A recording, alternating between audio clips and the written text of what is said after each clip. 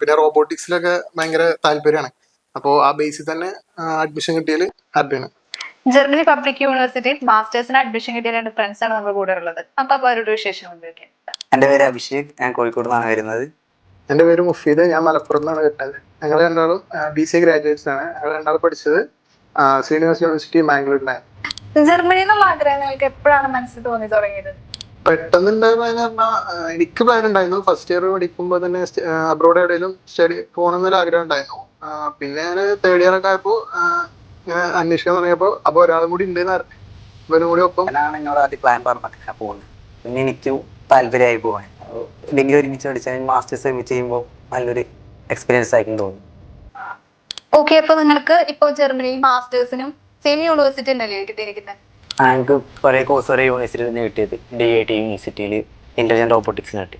ഞാൻ ഒരുപാട് പ്ലാൻ ഉണ്ടായിരുന്നു. കോഡിങ് ടൈപ്പ് കോഴ്സ് വേണമെന്ന് ആഗ്രഹം ഉണ്ടായിരുന്നു. പിന്നെ റോബോട്ടിക്സിലൊക്കെ ഭയങ്കര താല്പര്യമാണ്. അപ്പോൾ ആ ബേസിൽ തന്നെ അഡ്മിഷൻ കിട്ടിയതിൽ ഹാപ്പിയാണ്. അപ്പൊ നിങ്ങൾ എങ്ങനെയാണ് AJ ആയിട്ട് കണക്ട് ആയത്? നിങ്ങൾക്ക് പ്രോപ്പർ ആയിട്ടുള്ള സപ്പോർട്ടും കാര്യങ്ങളൊക്കെ കിട്ടിയിരുന്നില്ലേ?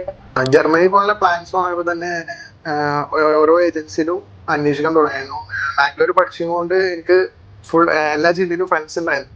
അതുകൊണ്ട് എല്ലാവരും കണക്ട് ചെയ്ത് ഞാൻ കുറെ ഏജൻസീസ് അന്വേഷിച്ചായിരുന്നു. പക്ഷെ എനിക്ക് പറ്റിയതൊന്നും ഇവിടുന്ന് കിട്ടിയില്ല.